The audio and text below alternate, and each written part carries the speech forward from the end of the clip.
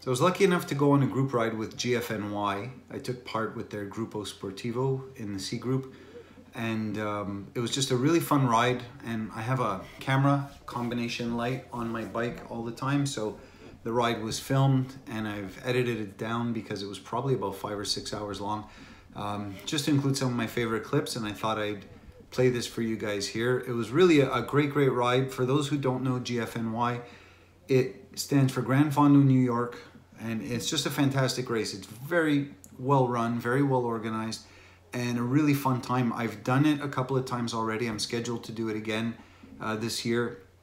And I always wanted to go down and take part in their group ride. I think it's a fantastic idea. They offer these rides completely for free. You're welcome as long as you're a registered rider, as long as you're a participant basically.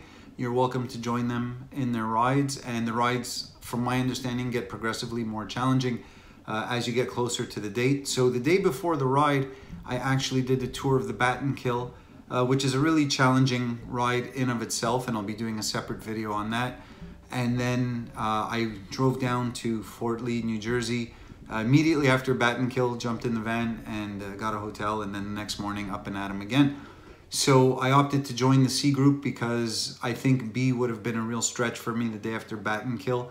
Maybe B would have even been a stretch for me if Bat and Kill hadn't been the day before. I'm not a fast climber. In any event, I enjoyed it immensely. Many thanks to GFNY, and especially to Vito Valentini and Frank Lee, who led our group. They were really fantastic at leading the ride. And without further ado, I'm going to show you the video now. So unfortunately, my camera started to loop over itself. I had a smaller memory card in, so the first couple of hours are long gone. But here we are, taking a fairly quick descent. We were advised to stay single file, and the ride leaders, both Vito and Frank, were very adamant about us not going over the yellow line, which I absolutely agree with. I think safety first, and I commend them for that. And so here we are taking some really nice pavement, in fact, and picking up some speed heading down.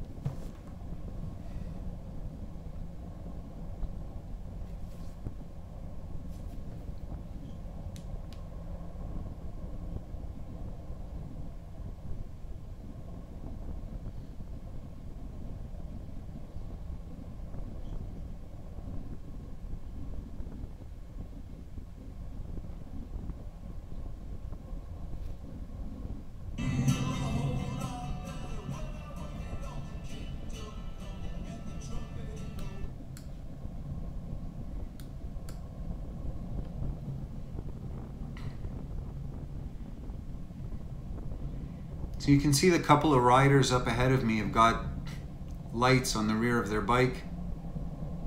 And I like that. I mean, I ride with a Garmin Varia light on the back of my bike, which is wonderful because it works as a light and as a radar. So for someone who's cycling alone, as I do 99% of the time, and I'm in rural areas where I'm not bombarded by constant traffic, constant cars, it's a fantastic way to be alerted that there's a car coming back. So the Varia, for those who don't know, works in such a way that it'll alert you on your Garmin. Your Garmin will beep when there's a car, I believe, about 140 meters out, and then there'll be a dot on your screen, and the dot will move forward as the car is getting closer, which is really helpful. I know most riders will tell you they can use their ears, and I use my ears too. But sometimes you're moving a little too fast, and so the wind noise makes it difficult to hear when there's a car approaching. Now with the advent of electric cars, and they're becoming more and more popular, cars are quieter and quieter, so you can't always hear them. And sometimes when you're descending and you're moving fast or you're taking the lane, it really is helpful to let you know ahead of time. So here I am riding behind Hector. I'm talking like I know Hector all my life, but I just met him the day of the ride. Hector's a strong rider and he's a fun guy, and we would stop and regroup every so often, and Hector was really impatient in a friendly and funny way, waiting around for everyone. Hector just wanted to keep moving. I kind of like that. And we're doing some climb here. I wish I could tell you the names of the places, but I'm not familiar with this climb. So I've only done the GFNY Bear a couple of times, so the 50 mile or 80K ride. So this is the part of the course that I'm not familiar with. I was well confident after this that I could be doing the whole thing. I think, don't quote me, I think this is Cheese Coat. Having done Bat and Kill the day before, and then this the day after, and having had maybe 4 hours sleep in between the two, was kind of an eye-opener for me, because we have some hills out here, but nothing like what they have there. So I always found not so much the distance, but the amount of climbing maybe a little intimidating, a little off-putting. But having done both Bat and Kill and then this ride the day after, now granted we went at a slower pace here, but even so there was work being done. So it was just a fantastic day for riding. You can see it was a really nice, it was chilly when you weren't moving, but when you were moving it was great. Going up the climbs, depending on how you were dressed and what your individual core temperature and how your body reacts, going up the climbs was kind of warm, and coming down could be a little cold, because when we were descending we were going pretty quick. I think my Garmin said my max speed that day was about 80. But overall it was just a fantastic day and a really enjoyable ride.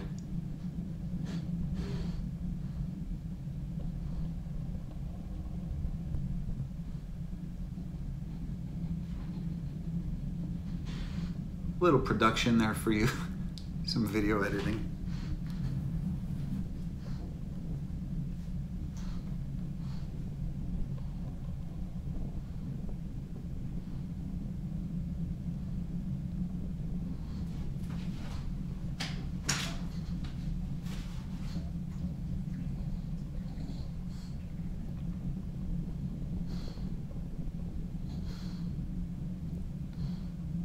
I was riding my new Giant TCR that I've only had for a couple of months, so I'm still using the tires that came with it, so it's set up tubeless, and it's my first experience with tubeless. So far so good. I don't feel any major difference or benefit yet. To say I haven't flatted last year, I think I got one flat the entire year on maybe 10,000 kilometers on just regular tubed clinchers, so I'm not entirely sold, but it was good nonetheless. And at one point over here, when the video stops and changes to somewhere else, it's because I thought I got a flat, and it was just a leaf caught in the chainstay, and it was rubbing against my tire, and it sounded exactly like if you had a small puncture and the air was leaking out. And I got off thinking, geez, I'm in the middle of I don't know where, the group's gonna drop me, and you know, I won't know where I'm going. So thankfully it wasn't a flat, and it was just a leaf. Speaking of not knowing where I'm going, I actually built the course out on the hotel computer the night before. I didn't get any sleep. There was a party going on my floor that the hotel didn't want to do anything about. So 10 o'clock at night, it's late. Now I just rode Bat and Kill, so I did 124K and a lot of climbing. And I was tired because I drove another 3 hours after that. And I just wanted to go to bed and get ready for the ride. 10 o'clock, no relief from the noise, 11 o'clock, 12 o'clock. So finally at 1 o'clock I had had enough, and I spoke to the people at the desk downstairs and just asked them if they could change my room to another floor. So here we caught a little tailwind. That was fun. Every little bit helps on these climbs. And the girl at the front desk, I guess she was trying to do her best. She called me back a minute later and said, we have a room available on another floor, but it's a different suite, and it's going to cost you X amount to change rooms because it's a larger room. And I was livid with her because I just thought I should be able to sleep. I shouldn't have to ask to be able to sleep. If I'm not getting any rest because you have noisy guests, why should I have to pay extra? So just as I was falling asleep after that conversation, she rang me back to tell me that they would allow me to change rooms without the upcharge. So as much as I was annoyed that she woke me up, I was grateful for the change, and I switched rooms, and all told I probably got to sleep at around 2 o'clock and then got up at maybe 6:15 to get ready for this ride. So we're gonna crest here in about a minute. You can see my cadence picking up because the left to right shake of my bike is a little quicker, meaning I'm pedaling quicker, and now we're cresting, and pretty soon we'll be descending, and this was a fun descent. Really nice homes here. I was kind of surprised that the road was in such bad state. So I imagine these people are paying a fair bit of tax. You'd think that they'd want to keep them happy.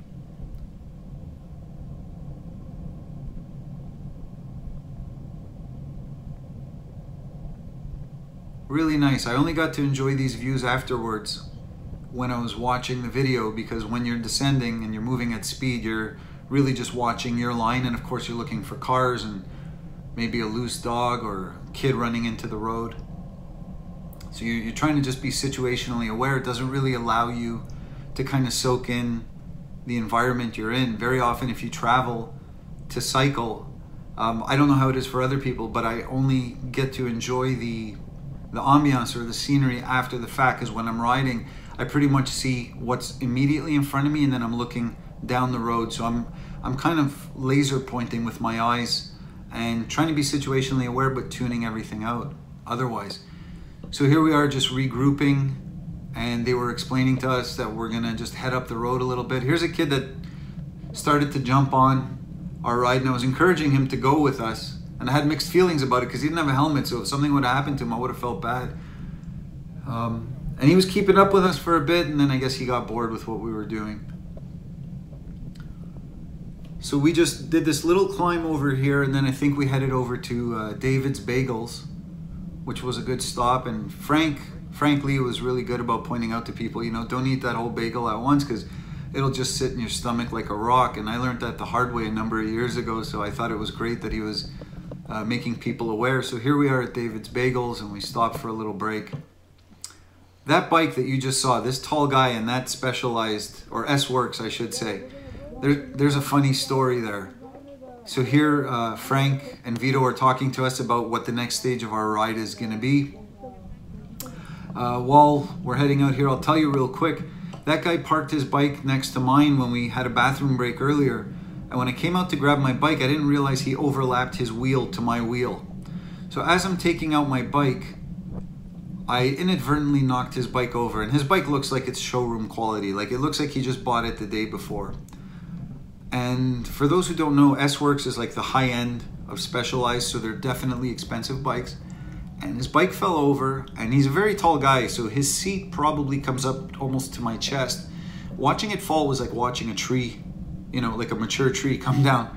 And I just felt horrible that I knocked his bike over, and he was really cool about it, which maybe made me feel even a little more guilty because the guy was just so nice. And I apologized up and down and offered him a Cliff Bar, a gel, you know, checked with him a couple of other times on the ride, asked him to make sure his bike was okay, and his bike was fine. But he was just really gracious about it, and I appreciated that. So a little later in the ride, you're gonna see where we split up into a slower group and a quicker group. So I thank Vito and I take off to join the group, and I'll come back to that story in a minute. We're gonna go through these apple orchards now that Frank was telling us about. And this is a really nice road over here. It's a nice descent. It's fairly kind of windy and twisty, and you can just really open up and let go. Frank cautioned us to make sure that we stay single file because you can't really see very well ahead, and you'll see that that was really good advice on Frank's part as we come up to a pickup truck that was backing up into a driveway. In a second here, I'm going to call out to the riders that there's a car back. So when you say car back, it means there's a car behind us and the car is going to overtake. So we were single file, it wasn't a problem. I kind of questioned the guy's judgment. I just said car back. So this Jeep, I mean, he was really cool, you know, he went completely to the other side, but he's going into a blind turn. So if someone was coming up, driving along on a nice Sunday morning drive through these apple orchards, that could have been a head-on collision. So I definitely appreciate how much room he gave us when he passed, and I understand it's a difficult road to pass on in the sense that because it's constantly winding, but I think had I been driving, I might have waited for a safer spot where there's a longer straight. So here we are descending, and again, you're gonna see there's a pickup truck soon, maybe within the next kilometer or so. So So it's a good idea to keep in mind, you always want to ride within your limits. You know, if you're a pro and you want to go down 100, 105K, good for you. So there's that pickup, right? And you can hear the brakes, right? The guy was doing nothing wrong. He's backing up into his driveway. It's up to us to be riding within our abilities, because someone might be coming out of a driveway. He doesn't know we're there. We don't know he's there. No one's done anything wrong, but it could be, you know, a really serious situation if you're not able to respond in time. So again, good advice from Frank to make sure that we're riding single file. You can see Frank veered around him right away, and then the guy behind Frank, who's the guy that I knocked his bike over, put his brakes on a bit and then veered around, and I veered around. It was no problem. I was a little slower than them, a little further back. I had more time to respond.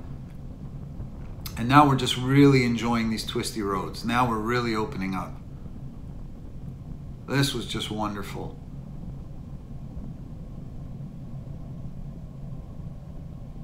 Smooth pavement, nice, great weather. We've done a fair bit of climbing already, so it's a welcome break, especially after we just filled our gullets with, you know, a half a bagel or whatever. Everyone's recovering from their adrenaline rush. Now I'm thanking Vito because we're splitting up.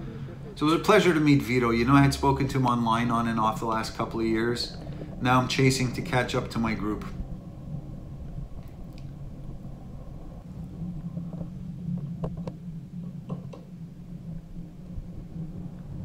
So we're starting to move ahead now from the light, starting to pick up some steam. And there's that rider. I see him changing a tire by the side of the road. So I figure here's a chance to, you know, it's one thing to say you're sorry. It's another thing to show a kind gesture. So I just wanted to make sure he was okay. He needed a tire lever. So I ride on my own. So I always go out loaded for bear. Like I always go out with more tubes, more levers, more whatever, because I'm out in the sticks and I'm on my own. I can't ask someone for something. Being diabetic, I also take my glucose reader, and I take more food than I might need in case I ever feel like I'm low. So I waited for him, and we take off together now, and the group is long gone. We're in no man's land now. So I look at this guy and I say, do you know where we're going? And he says, nope. And now I say, well, I don't know where the hell we're going. And so we just keep pedaling. I mean, at this point, it's obvious we're going straight because there's no alternative. And then I remember that when I couldn't sleep the night before, I went down to the hotel computer and loaded the course onto my Garmin through Garmin's website, tracing every point of the course from my iPhone onto Garmin software, and then it uploaded to my phone, and then from my phone I was able to put it on. So we caught the slower part now, and we're already feeling pretty good about ourselves. And I paused here for a second, and then I apologize, I don't know the guy's name, but you'll see while I'm pausing, there he is. He just says, you want to go catch the fast group? I said, sure, let's go. So at this point, we don't know if they're 10 minutes ahead, 20 minutes ahead, so we gotta move now. So we're going along, and I mean, the relief that I was able to load the course onto my Garmin. Anytime I've used the course on my Garmin, I've only used it from the starting point. I've never jumped on midway through the ride. So the fact that it worked out, loading the course, and we were already in progress. And I think at this point we can see someone ahead, and we're not sure if it's them or if it's just another cyclist.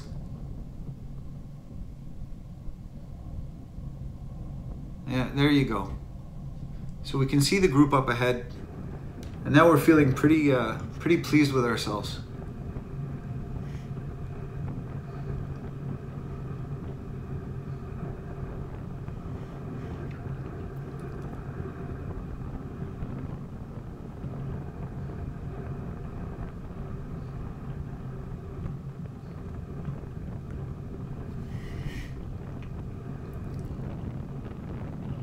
So now we caught them. Now the pressure is off.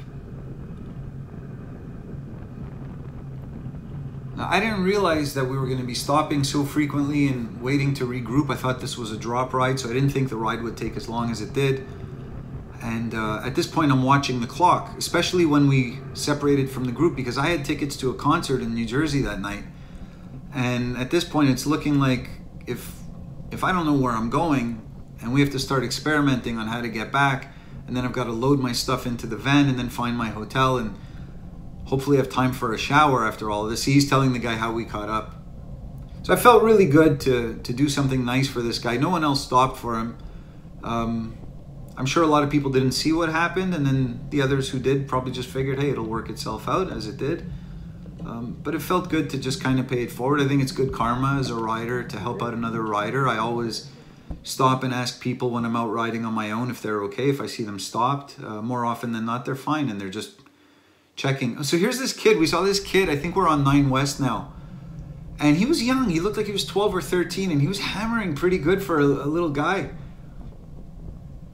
And so everyone that passed him just gave him a really encouraging word, and I thought it was neat. And you can see he's kind of fighting to hold on, but, you know, good for him. He's young.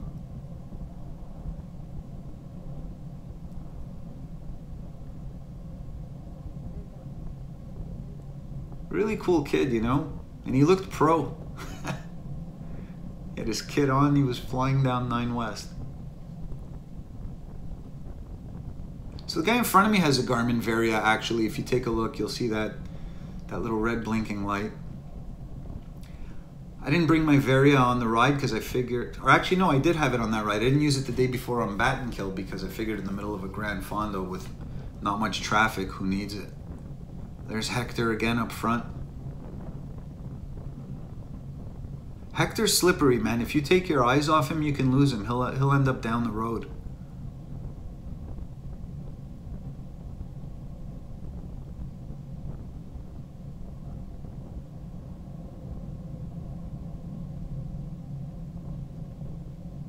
So now we know we're getting close to the end of our ride. There's maybe 10, 12 kilometers left. I don't remember exactly. And so I'm just thinking finish line at this point because I want to get back and grab a shower and there's Frank. He just took off. I think I remember him yelling, "Come on, let's go. You should taste the bile in your mouth," or something about bile. And he was just trying to push us. I was already at my limit. I was tired from the day before and felt I had put in a decent effort this day. Certainly considering what I had done the day before and the lack of sleep, I was pretty pleased with how it all turned out. And I just really enjoyed riding with all these guys. I thought it was really great. And you can see just how strong my light is. And this is, I'll give them a free plug. The company is some people call it Cyclic. I think it reads as Cycle IQ. They make the Fly 6 and the Fly 12. So this is the Fly 12 since it's in the front of your bike. And they claim it's a 10-hour battery life. I haven't tested it that long, but this was easily a good 6-hour ride, maybe more. Here we are getting back to Strictly Cycles. Gorgeous shop. I went in. This is where they meet, so I went in before the ride started, had an espresso. And really nice shop. I walked around for a few minutes. Had I had a little more time, I would have liked to go in and poke around after the ride. If you're in the area, if you're in Fort Lee, New Jersey, check it out. It's a great place. So there's Hector, there's Frank. So there I am saying goodbye to everyone. I apologize for referring to the really tall guy as the tall guy. Maybe that doesn't sound very nice, but I didn't get his name. So I just wanted to stop and thank Frank and say bye to those that were there. I enjoyed riding with them. I didn't want to just take off unannounced. And now I'm just working my way down 9 West, trying to get to my van. It's just a little further up the road. Right near the George Washington Bridge, which is where we will be waiting on the start line soon enough, in just a few days in fact. So thank you to GFNY, thank you to Vito Valentini and Frank Lee, thanks to all the cool riders that were part of our group. This was a fun experience for me, and I hope to come out and do another training ride with you guys again once I'm registered again for next year's ride. And that's it, it's shower time.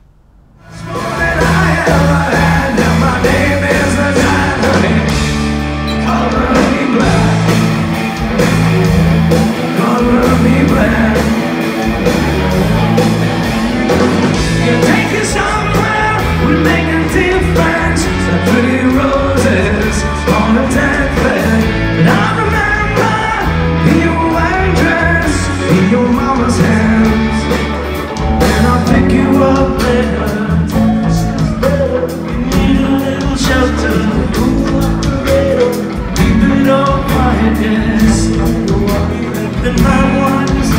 let me down. She smiles, how about that? I was just about to jump before you called me back. But you know the pain comes on, and the whispers come to call me, and I'm rattling on, saying I've lost so much more than I ever had, and my name is the night, honey. Color me black, color me black. How long till you believe that part of me is gone with your sweet dying kiss?